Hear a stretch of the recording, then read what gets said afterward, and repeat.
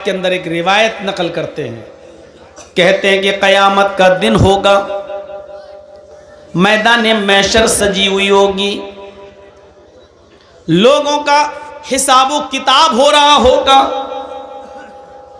नाम-ए-आमाल लोगों को उनके हाथ में दे दिए जाएंगे, नेक लोगों को उनके राइट हैंड में सीधे हाथ में, और बदकारों को, बुरे का अमल करने वालों को उनके लेफ्ट हैंड में यानी उनके उल्टे हाथ में नाम-ए-आमाल दे दिए जाएंगे। कुछ लोग खड़े होंगे, अभी उनको नाम-ए-आमाल नहीं मिले होंगे, ये तहज्जुद गुजार होंगे, नमाजें इनकी कभी नहीं छूटी होंगी, फजर की नमाज भी इनकी कभी तर्क नहीं हुई होगी, अजान से पहले ये मस्जिद में पहुंचने वाले लोग होंगे, हाजी होंगे, नमाजी होंगे, मौलवी होंगे, अभी इनको इनके हाथ में नाम-ए-आमाल नहीं मिला होगा, लेकिन इनको उम्मीद होगी हमने तो बड़ी नमाजें पढ़ी हैं, बड़े रोज़े रखे हैं, बड़ी इबादतें की हैं, फरिश्ता जब मुझे मेरे हाथ में नाम-ए-आमाल देगा तो दाहिने हाथ में नाम-ए-आमाल देगा। लेकिन फरिश्ता जब उसके हाथ में नाम-ए-आमाल देने आएगा तो ये अपना दाहिना हाथ बढ़ाएंगे, फरिश्ता आमाल नामा पीछे कर लेगा और कहेगा कि तुम अपना उल्टा हाथ, अपना बायां हाथ बढ़ाओ। वो कहेंगे फरिश्तों से, क्या कह रहे हो, बायां हाथ? हमने तो नमाजें पढ़ी हैं, हमने तो रोजे रखे हैं, हमने तो हज किए हैं, हमने तो तहज्जुद पढ़ी हैं, हमें उल्टे हाथ में नाम-ए-आमाल क्यों दोगे? फरिश्ता कहेगा मैं ये कुछ नहीं जानता, मेरे रब ने तुम्हें उल्टे हाथ में नाम-ए-आमाल देने का हुक्म मुझे दिया है, बढ़ाओ अपना बायां हाथ। ये नमाजी, ये रोजदार, ये तहज्जुद गुजार, ये हाफिज, ये मौलवी, ये हाजी मजबूर होकर अपना बायां हाथ बढ़ाएगा और उसको उसके उल्टे हाथ में नाम-ए-आमाल दे दिया जाएगा। अब ये बाएं हाथ में नाम-ए-आमाल पढ़ेगा, खोलेगा, देखेगा ये बुराई, ये बुराई, ये बुराई, ये बुराई, ये बुराई, हर वर्क पन्ना उलटता जाएगा, पेज उलटता जाएगा, उसमें बुराइयां ही बुराइयां लिखी होंगी, उसकी एक भी नमाज का जिक्र नहीं, एक भी रोजे का जिक्र नहीं, एक भी हज का जिक्र नहीं, एक भी तहज्जुद का जिक्र नहीं। वो ये देखेगा, अपना नाम-ए-आमाल उठाकर बंद कर देगा, चीखेगा और चिल्लाएगा आईना हसनाती या रब्बल आलमीन, आय अल्लाह इसमें तो मेरे गुनाह ही गुनाह लिखे हैं, हमारे नाम-ए-आमाल में तो बुराइयां ही बुराइयां लिखी हुई हैं, हमने जो नमाजें पढ़ी थी वो कहाँ चली गई, हमने जो रोजे रखे थे वो कहाँ चले गए, हमने जो हज किया था वो कहाँ चला गया, हमने जो तहज्जुद पढ़ी थी वो कहाँ चला गया, हमने जो सदका और खैरात किया था मस्जिदों में और मदरसों में, जो हमने चंदा दिया था, ये नेकियां कहाँ चली गई। आईना हसनाती या रब्बल आलमीन, आय अल्लाह मेरी नेकियों का क्या हुआ, मेरी नेकियां कहाँ चली गई। आवाज आएगी गैब से, ओ मेरे बंदे तेरी गीबत ने, तेरी चोली ने, तेरे हसद ने, तेरे कीने ने, एक मुसलमान के खिलाफ तेरे दिल में जो नफरत थी, इस नफरत ने, इस हसद ने, इस गीबत ने, चुगली ने तेरी नेकियों को बर्बाद कर दिया, तेरी नेकियों को खत्म कर दिया। अब तेरे नाम-ए-आमाल में नेकियां नाम की कोई चीज नहीं रही। तू अपने मुसलमान भाई से जला करता था, हसद किया करता था, उसको परेशान किया करता था, उसके खिलाफ षड्यंत्र रचा करता था, पीठ के पीछे उसकी गीबत किया करता था। तेरी गीबत ने, चुगली ने, हसद ने, कीने ने, बुग़्ज़ ने, इनाद ने तेरी दुश्मनी को खत्म, तेरी नेकियों को खत्म कर दिया है। अब हमारे पास तेरे नाम-ए-आमाल में सिवाय गुनाहों के और कोई चीज नहीं।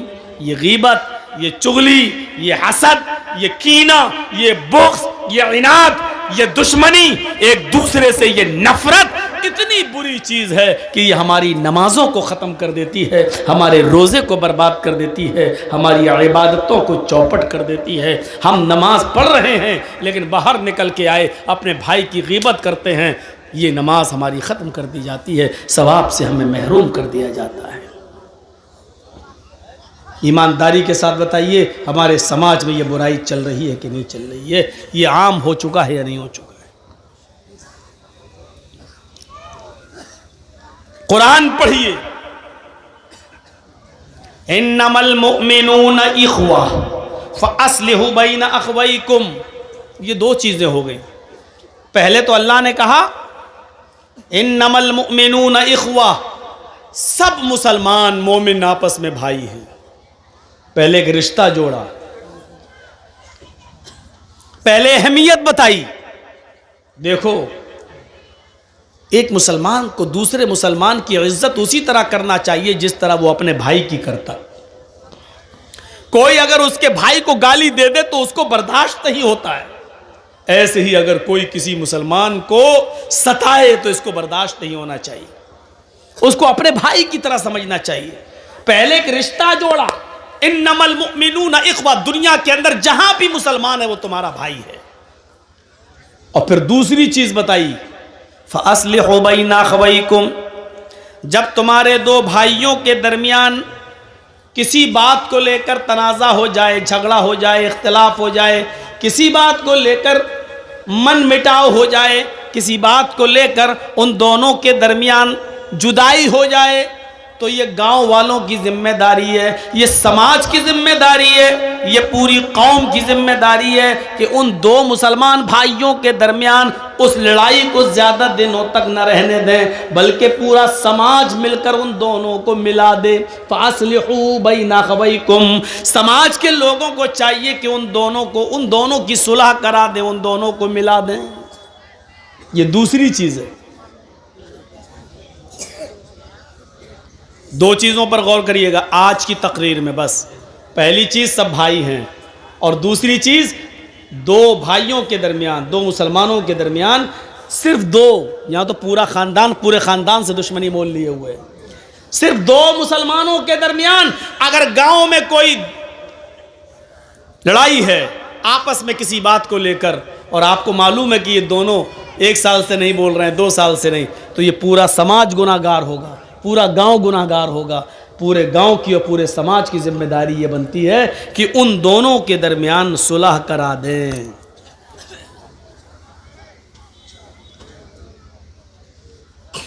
सुलह कराने के लिए एक हुक्म और दिया है।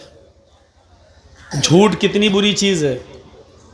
कोई अगर अपने मुंह से झूठ बोलता है तो अल्लाह के नबी सल्लल्लाहु अलैहि वसल्लम ने फरमाया कि जब कोई बंदा झूठ बोलता है तो उसके मुंह से इतनी गंदी बदबू निकलती है कि उसकी बदबू से फरिश्ता 1 मील दूर भाग जाता है। यहां से आप अंदाजा लगा सकते हैं कि झूठ कितनी बुरी चीज है। एक हदीस में आता है कि अल्लाह के नबी से किसी सहाबी ने पूछा, अरे अल्लाह के रसूल, क्या मोमिन बुज़दिल हो सकता है? अल्लाह के नबी ने कहा हाँ हो सकता है। दूसरा सवाल किया, अरे अल्लाह के नबी, क्या मोमिन बखील हो सकता है, कंजूस? आपने कहा हाँ हो सकता है, उसने पैसा ज़्यादा कमा लिया हो और अल्लाह की राह में ज़्यादा खर्च ना करे, कंजूस हो सकता है, बखील हो सकता है, मालो दौलत की मोहब्बत उसके दिल में आ सकती है। हो सकता है मोमिन बखील भी हो सकता है, मालो दौलत की मोहब्बत उसको आ सकती है, बुज़दिल भी हो सकता है, बखील भी हो सकता है। फिर पूछने वाले ने पूछा, अरे अल्लाह के रसूल, क्या मोमिन झूठा भी हो सकता है, क्या झूठ भी बोल सकता है? तो अल्लाह के रसूल ने क्लियर कर दिया, फरमाया वल्लाही अल मोमिन ला यकज़िब, अल्लाह की कसम झूठ बोलता हो वो मोमिन हो ही नहीं सकता। मोमिन और झूठ, मुसलमान और झूठ, ये दो अलग अलग चीजें हैं। मुसलमान और झूठ नहीं, मुसलमान में बुज़दिली आ सकती है, मैदान जंग में लड़ रहा है, काफिरों से लड़ रहा है, देखा ये बहुत ज़्यादा भारी पड़ रहे हैं, नहीं हमें मार डालेंगे, पीठ फेरी, चुपचाप से भाग गए मैदान छोड़कर। हालांकि ये भी गुनाह है, नहीं भागना है मैदान जंग में, जंग में से, चाहे मौत ही आ जाए, लेकिन पीठ दिखा के नहीं भागना, यह भी गुनाह है। लेकिन अल्लाह के रसूल ने कहा इसकी वजह से आपको ईमान से निकाला नहीं जाएगा। गुनाह है लेकिन मोमिन रहोगे, उसका गुनाह तुम्हें पड़ेगा। मालो दौलत की मोहब्बत है, साहब आपने 1000 कमाया, दे दो ना 100 रुपये मदरसे को, नहीं नहीं साहब 50 ले लो, नहीं नहीं, बखीली आ सकती है। मालो दौलत की मोहब्बत आपको घर कर सकती है, लेकिन इसकी वजह से आपको ईमान से खारिज नहीं किया जा सकता है, आप मोमिन रहेंगे। लेकिन फिर पूछा क्या मोमिन झूठा भी हो सकता है? तो अल्लाह के रसूल चौंक गए और यक बैक बोले, बैक वक्त नहीं, मोमिन के अंदर झूठ की सिफत पैदा नहीं हो सकती, जो झूठ बोले वो मोमिन नहीं। लेकिन यहां अल्लाह के नबी क्या कह रहे हैं? अगर दो मुसलमान आपस में लड़ जाएं और उन दोनों में 3 दिन से ज्यादा नफरत भर जाए, 3 दिन से ज्यादा वो गुफ्तगू नहीं कर रहे हो, तो समाज मोहल्ले के लोगों को चाहिए कि उनमें सुलह कराई जाए। अगर सुलह कराने में मेहनत कर रहे हैं और सुलह नहीं हो रही है, ये लोग आपस में एक नहीं हो रहे हैं, 1000 कोशिशें करने के बावजूद भी 2 मुसलमान भाई आपस में एक नहीं हो रहे हैं, लेकिन आपको मालूम है कि झूठ अगर बोला जाए तो ये एक हो जाएंगे। अल्लाह के नबी यहां झूठ बोलने की इजाजत दे रहे हैं। क्या कह रहे हैं? लैसल कद्दाब अल्लज़ी युस्लिहु बैनन नास। उन 2 मुसलमानों के दरमियान अगर सुलह कराने के लिए, उनको एक करने के लिए अगर तुम्हें झूठ का सहारा लेना पड़े तो बोल दो, तुम झूठ बोलकर उनको एक कर दो, तुम्हें गुनाहगार नहीं लिखा जाएगा, तुम्हें ईमान से खारिज करार नहीं दिया जाएगा। यानी 2 मुसलमानों को एक करने के लिए झूठ बोलने की इजाजत दे दी गई।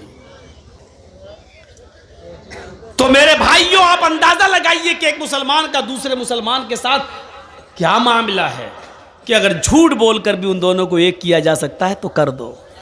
इससे अंदाजा लगा सकते हैं कि झूठ जो इतना बुरा हो कि बोलने वाले के मुंह की बदबू से फरिश्ते 1 मील दूर भाग जाते हो, और यहां इजाजत दे रहे हैं अल्लाह के रसूल, अगर उन दोनों को एक करने के लिए झूठ का सहारा लेना पड़ रहा तो ले लो। इन्नमल मुमिनूना इख्वा, सारे मुसलमान आपस में भाई भाई हैं। भाई का मतलब जानते हो? ट्रेन में आप सफर करिए, कितनी जल्दी दोस्ती हो जाती है। जर्जी साहब दिल्ली से बैठे कलकत्ता आ रहे हैं, ट्रेन में बैठे हुए हैं, मेरी सीट इधर है, मेरी सीट के सामने एक और मुसलमान भाई बैठा। एक मिसाल दे रहा हूँ, पूछना नहीं कब का वाकया है, एक मिसाल दे रहा हूँ। सामने एक और मुसलमान भाई बैठा हुआ, हम उसको नहीं जानते, वो हमें नहीं जानता। मैंने उसको देखा, लग रहा मुसलमान, उसने हमको देखा, हाँ ये भी मुसलमान। सलाम वालेकुम। वालेकुम। अच्छा माशाल्लाह। कहाँ जा रहे हो? कलकत्ता। कोलकाता। अच्छा, मैंने पूछा अच्छा भाई आप कहाँ जा रहे हैं? हाँ कोलकाता। मैं भी वहीं जा रहा हूँ, कलकत्ता। थोड़ी और हमदर्दी बढ़ गई। अच्छा आपका नाम क्या है? जी जी जी मेरा नाम मोहम्मद असलम। आपका नाम क्या है? मेरा नाम मोहम्मद जर्जीस। माशाल्लाह। और थोड़ी कुर्बत बढ़ गई। धीरे धीरे धीरे धीरे उसी ट्रेन में, अभी 24 घंटे का सफ़र है, तो 4 घंटे में ही इतनी मोहब्बत बढ़ गई कि आप चाय खरीद रहे हैं तो एक नहीं 2, एक मुझे पिला रहे हैं, एक आप। मैं कोई चीज़ खरीद रहा हूँ तो आपको दे रहा हूँ, एक आप एक मैं। थोड़ी और कुर्बत बढ़ी। अच्छा कहाँ जाओगे? कोलकाता में मडिया बुरुज। आप कहाँ जाएंगे? अरे साहब मैं भी वहीं जा रहा हूँ। लीजिए, और कुर्बत बढ़ गई। अब ये कुर्बत इतनी बढ़ गई कि मैं किसी स्टेशन पर पानी भरने के लिए उतरता हूँ तो वो आदमी मेरे सामान की देखरेख कर रहा है, क्योंकि ये हमारा भाई है, सफ़र का साथी है।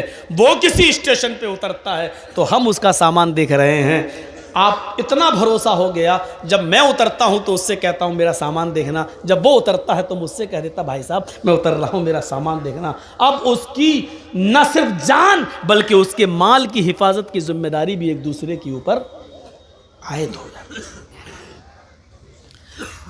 15-16 घंटे 20 घंटे के सफ़र में सिर्फ जान पहचान की बुनियाद इतनी सख्त हो जाती है कि आप उसकी जान के भी मुहाफिज हो जाते हैं। अगर कोई उसको छेड़े तो आप उसके लिए लड़ने लगते हैं, आपको कोई गाली दे तो वो आपका साथ देने लगता है।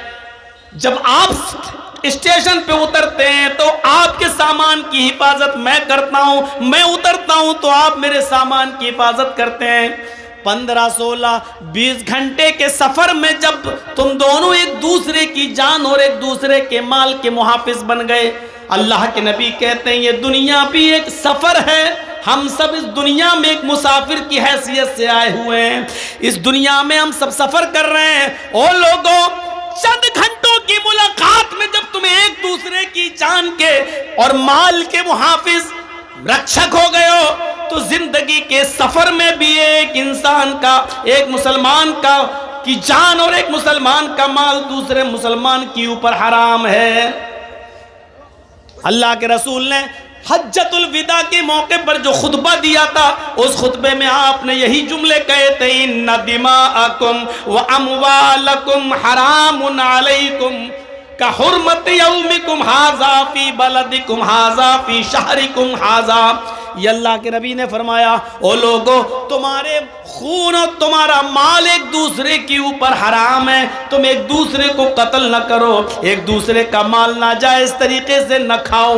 ये अल्लाह के रसूल ने अपने आखिरी खुतबे के अंदर इन जुमलों को कहा था। कुरान भी हमें हुक्म दे रहा है, या अय्युहल्लज़ीना आमनू ला ताकुलू अम्वालकुम बैनकुम बिल बातिल। ऐ ईमानो वालो, ऐ मुसलमानों, तुम आपस में एक दूसरे का माल नाजायज तरीके से मत खाओ।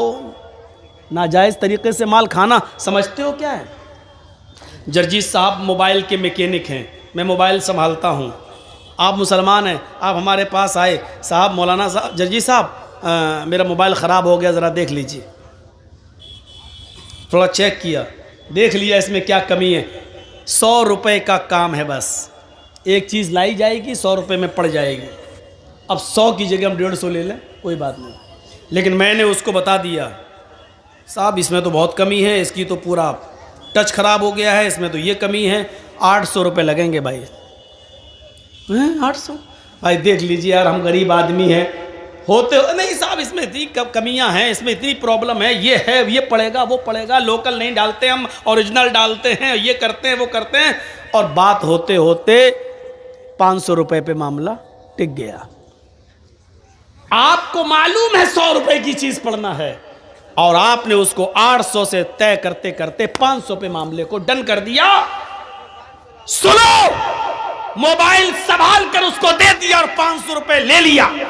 ये 500 रुपए लेके जब आप अपने घर जाते हो, गोश्त खरीदते हो, खाना बनाते हो, या इससे कोई कपड़ा खरीदते हो, पहनते हो, अल्लाह की कसम, आपने नाजायज तरीके से उससे जो माल कमाया है, इस माल को खाकर अगर आप नमाज पढ़ेंगे तो आपकी नमाज कबूल नहीं होगी। अगर इस 500 रुपए से आपने कोई कुर्ता खरीदा और कपड़ा पहनकर नमाज पढ़ रहे हो, तो आपकी नमाज आपके मुंह पे मार दी जाएगी, कबूल नहीं होगी, क्योंकि आपने नाजायज तरीके से माल कमाया है। 100 रुपए की जगह पर आपने 500 लिया है, और कसम खा के कहा, अल्लाह की कसम 50 रुपए बच रहे हैं साहब। कुरान यही हमें हुक्म दे रहा है। क्या करोगे वेदों के मंत्र सुनकर? अपने मुआशरे के अंदर, समाज के अंदर अपनी जिंदगी को पहले पाक साफ करो। या अय्युहल्लज़ीना आमनू ला ताकुलू अम्वालकुम बैनकुम बिल बातिल। आ ईमान वालो, तुम आपस में एक दूसरे का माल नाजायज तरीके से मत खाओ। हम मुसलमान हैं, मुसलमान का ही माल खा रहे हैं नाजायज तरीके से, हम उसी के लिए कुआं खोद रहे हैं। पता नहीं शाम तक कस्टमर आया कि नहीं आया, इसी को बलि का बकरा बनाओ और पूरे दिन की कमाई इसी से हासिल कर लो। अब आप कहोगे मौलाना हमने तो तय कर लिया, चोरी थोड़ी की है, उसको बोल दिया 500 लगेंगे, उसने कह दिया ठीक है। हम लोगों ने तो तय किया है। हाँ, आपने तय किया है, लेकिन आपने ये भी तो कहा कि 800 लगेंगे, इसमें ये पड़ेगा, वो पड़ेगा। आपने उसको क्लियर क्यों नहीं किया? 100 रुपए की चीज आएगी, लेकिन मैं 800 लूंगा, देना हो तो दो। आप क्लियर कीजिए साहब, ऐसे बोल देंगे तो कौन आदमी हमसे सही कराएगा? तो आप 100 की जगह 150 ले लीजिए। आप मेहनत कर रहे हैं, लेकिन 100 की जगह आप 500 लेंगे, और ये कह के लेंगे कि अल्लाह की कसम हमें 50 बच रहे हैं, अपनी औलाद की कसम 50 बच रहे हैं, हमें प्रॉफिट नहीं हो रही है, हम सिर्फ लागत ही लागत ले रहे हैं, हम आपसे कमा नहीं रहे हैं। ये कहकर आप ये नाजायज तरीका है पैसा कमाने का। इसी तरीके से कोई भी बिजनेस आप कर रहे हैं, कपड़ा बेच रहे हैं, 100 रुपए का कपड़ा 500 रुपए में आप बेच रहे हैं, आपको मालूम है 500 बताएंगे तो 300 में बिकेगा, लेकिन वो कपड़ा आपको मालूम है कि अगर 150 में भी बिक जाए तो हमें फायदा है, 50 रुपए बच रहे हैं, लेकिन आपकी नीयत पहले से ये है 500 बताएंगे 300 तक पे हम डन कर देंगे, लेने वाला लेगा। ये भी नाजायज एक किस्म है पैसा कमाने की मेरे भाइयों, इस तरीके से नहीं। काजी शुरैह जिनको हजरत अली ने काजी बनाया था, जज बनाया था, इनको एक घोड़ा खरीदने की जरूरत पड़ी, मार्केट में घोड़ा खरीदने के लिए जाते हैं। और सुनो, ये भी एक किस्म है नाजायज माल। काजी शुरैह ने एक घोड़ा खरीदना चाहा और घोड़ा खरीद रहे हैं तो घोड़े वाले से पूछा, घोड़ा बेच रहे हो कहाँ, कितने का? उसने कहा 400 दिरहम का। काजी शुरैह ने कहा देखूं 400 का है या 300 का, ये तो चलाने के बाद पता चलेगा। क्या मैं तुम्हारे घोड़े को चला सकता हूं थोड़ी देर के लिए? मैं ट्राई कर सकता हूं? काजी शुरैह, घोड़ा बेचने वाले ने कह दिया ले लो। ये हमदर्दी हमारे अंदर भी आनी चाहिए, यही इस्लाम है। काजी शुरैह उस घोड़े पर बैठे और उसकी लगाम पकड़ी और चला कर देखा और फिर लौट कर आए, एक चक्कर लगाकर कहने लगे घोड़े वाले, सच बताओ कि ये घोड़ा तुम कितने का दे रहे हो? उसने कहा 400 दिरहम का।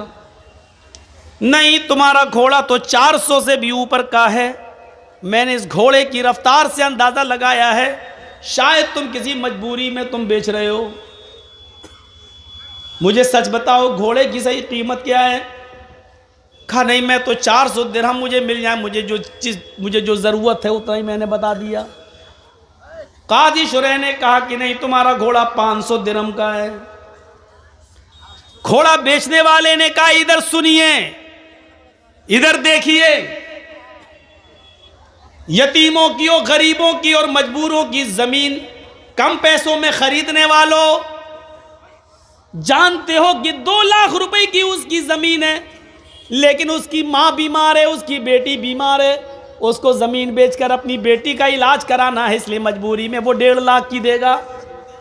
और हम इंतजार कर रहे हैं कि वो अपनी बेटी का या अपनी बीवी का इलाज या अपने बच्चे का इलाज कराएगा तो 2 लाख की जमीन 1.5 में भी बेचेगा और हम 1.5 में खरीद लेंगे, जबकि हमें मालूम है कि उसकी जमीन 2 लाख की है, कीमत उसकी सही है, लेकिन मजबूरी में वो 1.5 लाख के बेच रहा है और हम 1.5 लाख की उसकी जमीन ले रहे हैं। ये भी पैसे की एक हराम किस्म है जो तुम चाहे उसने अपनी मर्जी से क्यों न दी हो, लेकिन तुम्हें मालूम है कि उसने मजबूरी से दी है, तो आपकी ये 1.5 लाख रुपए की ली हुई 50,000 का जो चूना लगाया आपने, ये हराम कमाई होगी और इसने पूरी कीमत को हराम कर दिया है और तुम एक मजबूर की मजबूरी का फायदा उठा रहे हो।